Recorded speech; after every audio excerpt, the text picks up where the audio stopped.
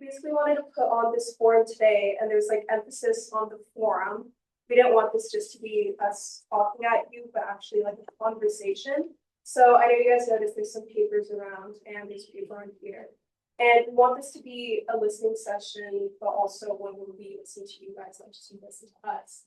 Obviously with the parking meters and stuff, there's been a lot of conversation, but we also want you guys to know that we're here and we want to listen to that, and we want to get your guys' feedback and get your guys' feedback. And that's really the main goal of today, is to kind of talk about, with the meters going forward, like what does the future of Adams look like? So before we go, we have some, what today? So we have some guided questions basically that we're going to go through with you guys, kind of to get those opinions and to get that feedback. And we're taking all of this, we're taking it back to the office, and hopefully we're going to do something with that. Thank you for setting everything up. Yeah, so as Noah said, we want this to be a conversation about the future, about what Adams Avenue can and should look like. We have an opportunity with dedicated resources to actually make tangible, visible, meaningful improvements on Adams Avenue. And we want to know what that should look like. And so this is different in that we have an opportunity to actually know that on the front end, right? So before scrambling, before city staff has made a recommendation to us, we have an opportunity, or the mayor's office has made a recommendation. We have an opportunity to make it clear where we stand on how this revenue should be used. So, real quick, I'll just dive into that for like 1 second. So, what we're going to start with actually is kind of picturing, and we're going to do this in our tables. And so, I could ask nobody sit alone, so that we're going to work together in groups. It's a few years from now, right? And we are like actually celebrating what Adams Avenue is. We're celebrating what we see, we're celebrating the things we love about Adams Avenue.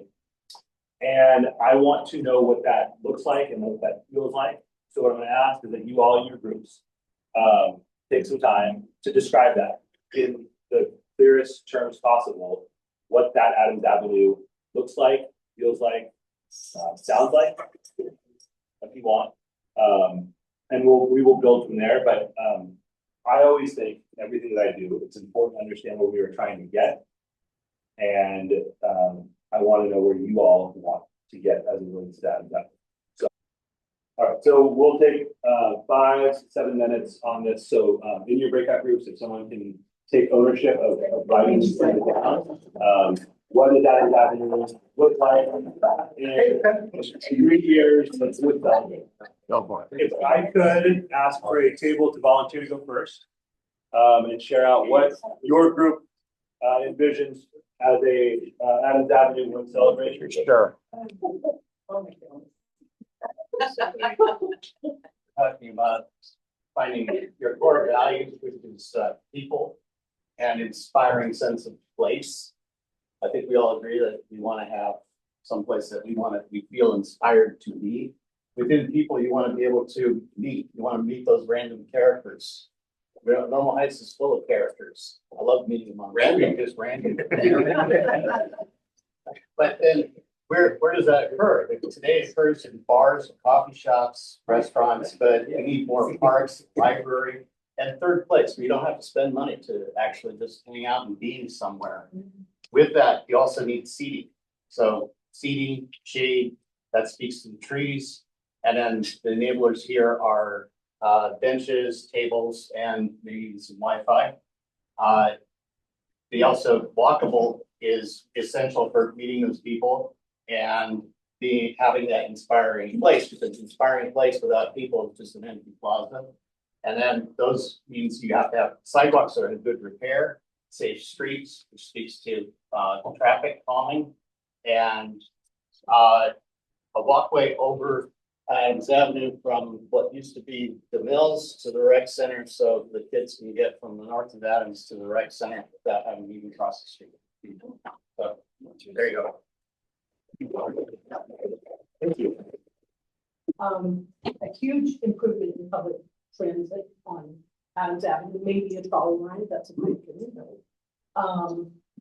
Lots more useful shops, not just bars and restaurants. When I first moved here, there was shoe mender and fabric store and pet stores. I mean, just all kinds of, there was an independent drugstore. I mean, they're all gone. Everything's gone. It's just bars and restaurants. And I understand the economics of that, but it doesn't make it a very livable neighborhood. Okay, a library where the Rite Aid is, again, a pipe dream, but why not have a library there with multifamily affordable housing above it? I mean, it would be fabulous. Underground parking, under the baseball field, free underground parking could be created under that.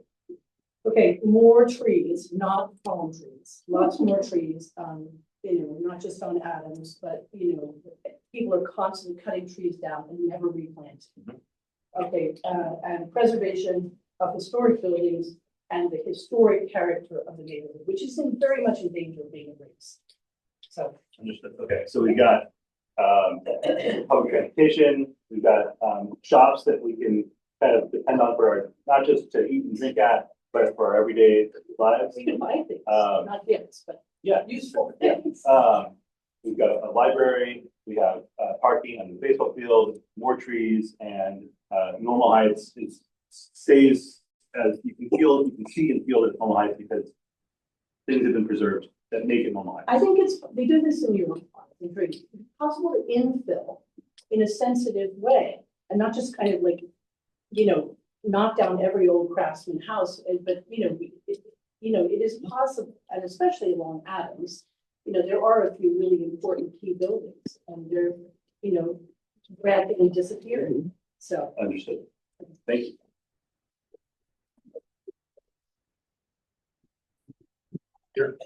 How would it be like through the city or just the community, maybe getting plaques for the historic buildings or just having something to, you know, as you're walking down Adams, you can stop and read about the history of the neighborhood.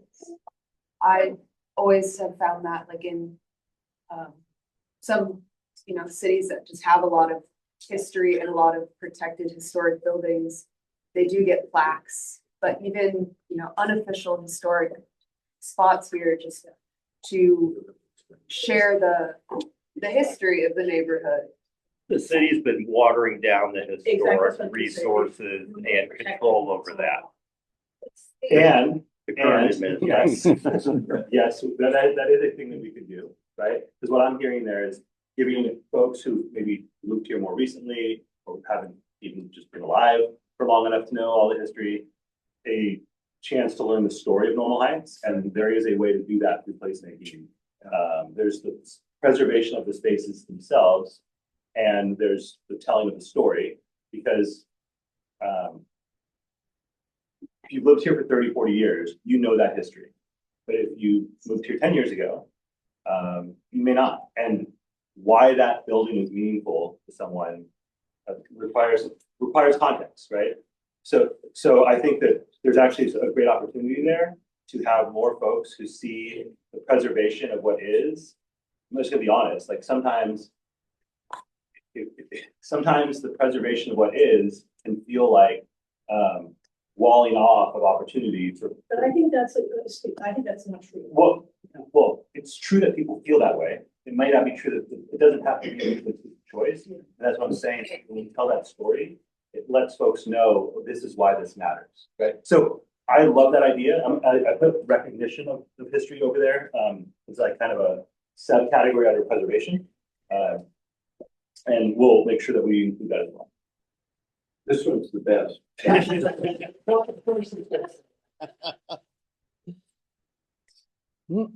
Well, we kind of had a outlier there that we kind of put up front there. Now accountability for the funding. So that's a very important part, you know. Beautify the neighborhood. Can you add on that one? On Beautify Neighborhood? I mean, really doing that nice. I mean, trying to do all this stuff, making it look great, because the money's gonna be here. As a business owner, as a resident too, I'm worried about the parking, right? That's my own opinion, but it's gonna happen. So it's like, what's gonna bring people here? And that's what I'm like, hey, I want it to be the most attractive avenue possible so that people will come and visit our home. That's what I'm talking about. Hans, I would say we have the best urban forestry canopy in the city of any commercial district. We have 500 trees along a 3-mile stretch of 30th and Adams. And, you know, just look at our, you know, so. Yeah, I know we've done a good job, but in fact, as it happens now, maybe even better, right? Maybe Yeah, better than definitely. that, Yeah. Well, next one is just unify the, along the corridor. I mean, Kensington has its signage and stuff. Normal Heights has its uniqueness as well. University Heights further down the boulevard, but still have some continuity along that corridor. Maintain the flat east-west bikeway. It was mentioned that this is one of the flattest east-west areas that you can ride on a bike.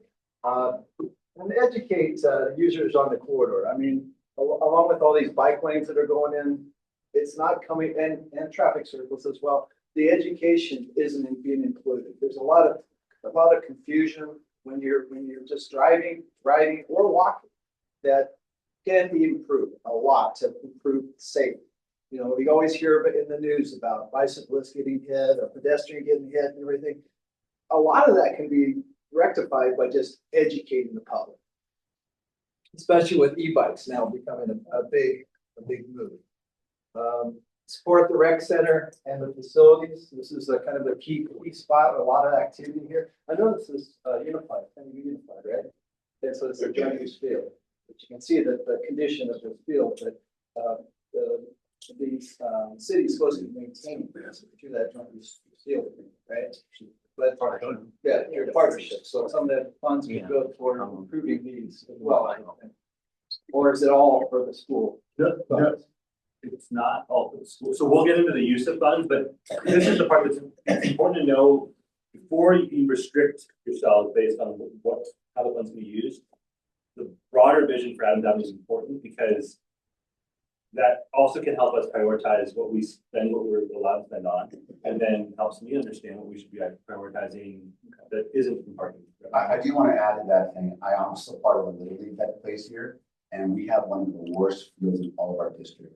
And it sucks because there's so many kids and a lot of families send their kids elsewhere to play. And our league is probably one of the worst. And it's disappointing. You know, my son's almost done playing here. It's disappointing. Like we are putting in money, our own money from the league to try to make it better. But I mean, some of the funds from what we're going to get from the parking people towards that, you know, because I know Parking Rec has no money. They don't do anything for it. We have to put our own money. But I would love to see the field in the park to work in the future. All right. Continue to support community and businesses, the marketing. Yeah, again, the whole thing, again, marketing, you know, we just have money. You know, like, you know, you see those commercials for cities, right? Come visit Idaho or whatever, you know, and, you know, I don't know if that's possible, but I want to bring people to, especially from the business side, because I'm worried about that. One specific item was includes some cutouts at Ward Canyon. There currently isn't any curb cuts in that area, and then make the avenue as pedestrian safe mall that allows for bikes, autos, and access. I guess maybe you could expand on that a little bit. The business district serves the community and the larger city, but one of the problems we have, especially with the big events, is that the sidewalks are narrow. And if we could expand the sidewalks, make it more of a mall where that allows transit and motor vehicles still to get through, but make it more of a destination. Does that make sense? Like if you took Fashion Valley at the mall and kept a road and transit through it. Okay, infrastructure. I'm very controversial.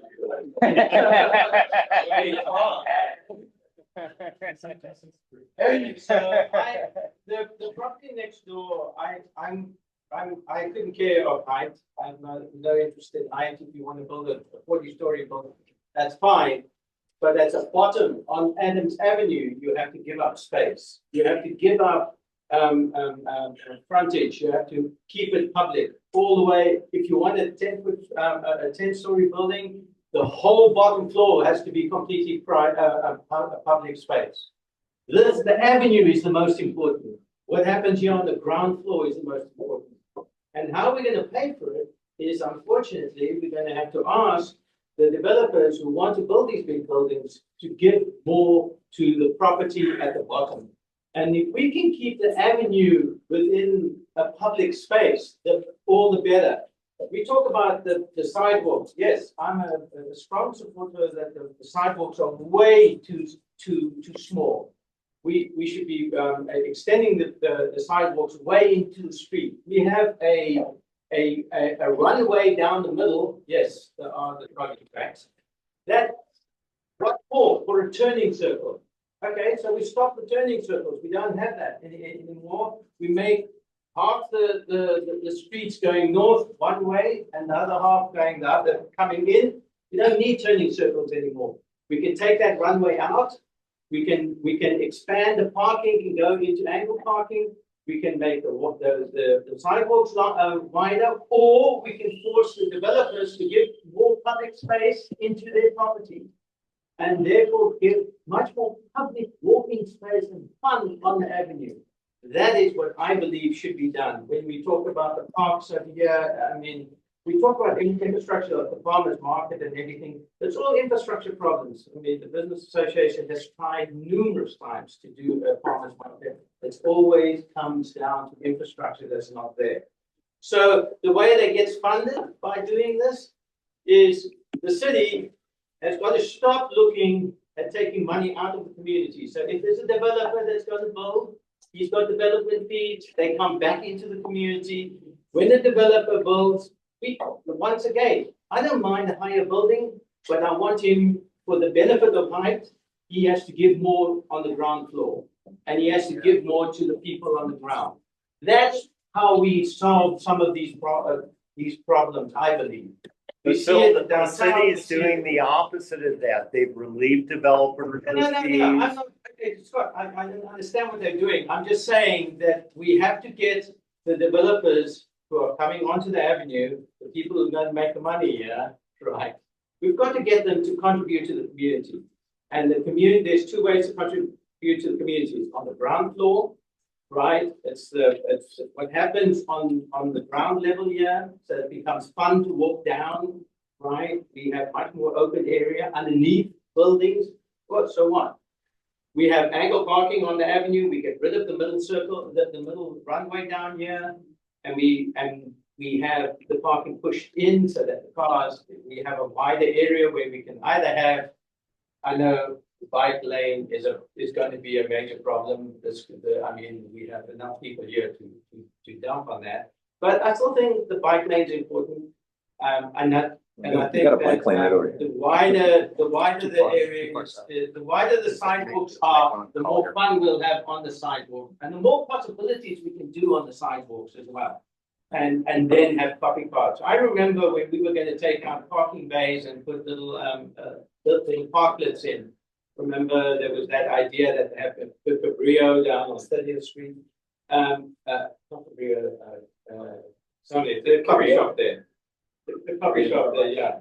And that was an enormous success. We were going to talk about doing that all the way up an avenue. But it's more, if you're talking about making Adams Avenue great again, these I didn't use are that phrase, but. that's what we need. That would be the trend that we should be going to.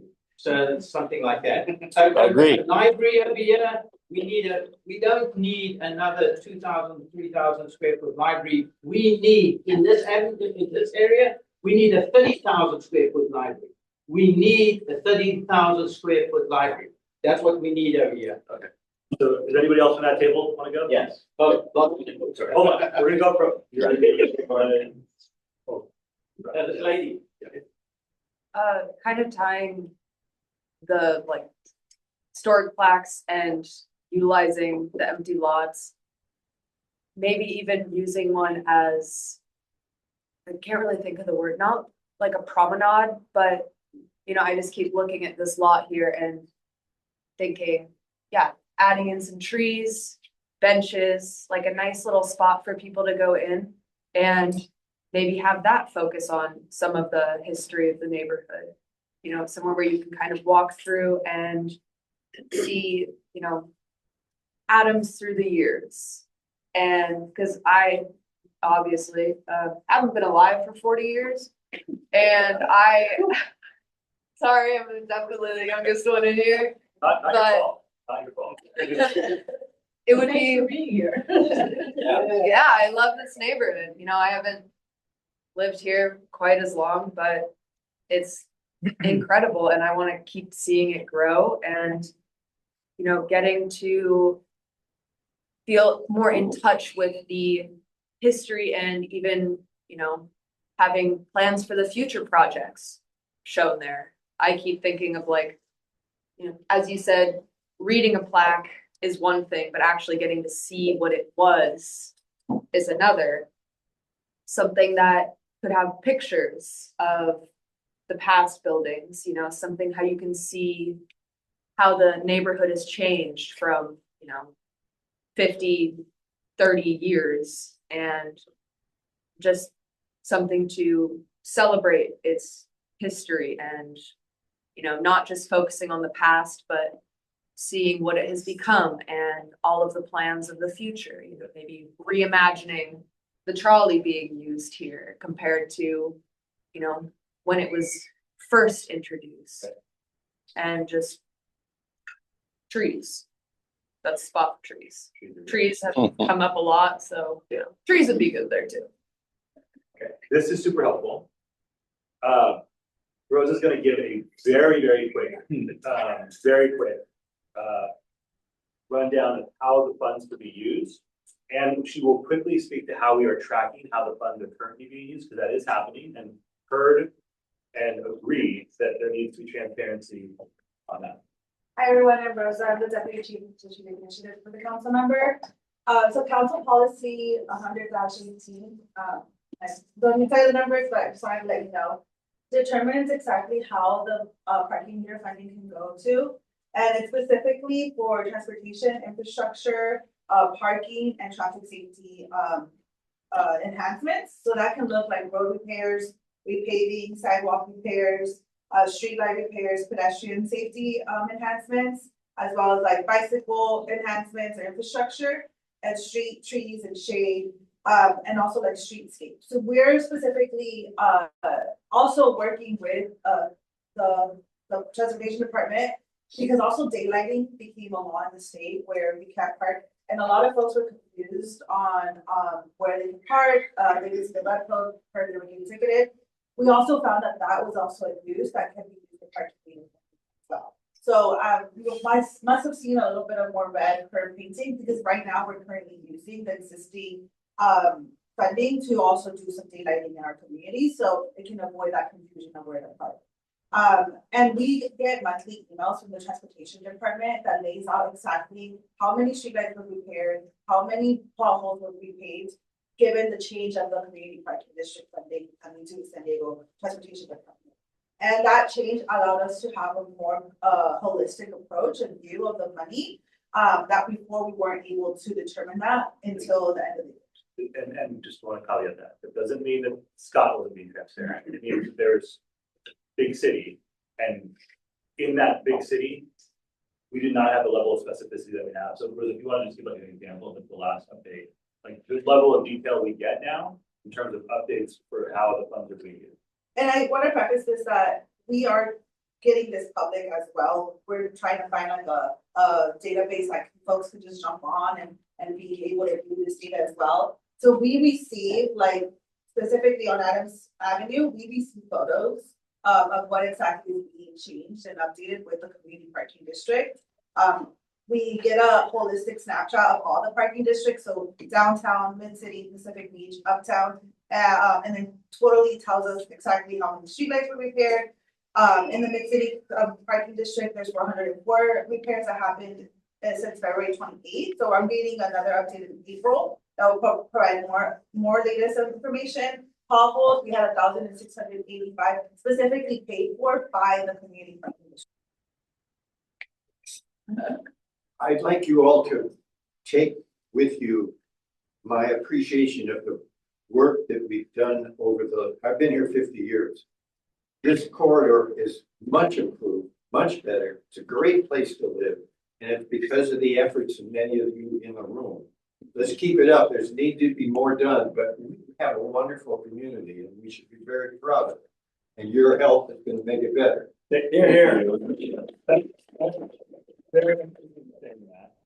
Noah will share the link and the QR code in our newsletter. We'll be sharing this out, and absolutely 100% we'll be having more conversations like this. I appreciate you participating in this morning. We're going to take all this back, right? We're going to continue gathering information, and then what we're going to try to do is report back to you all about how we are communicating what these what the priorities are, and then we can all track it together.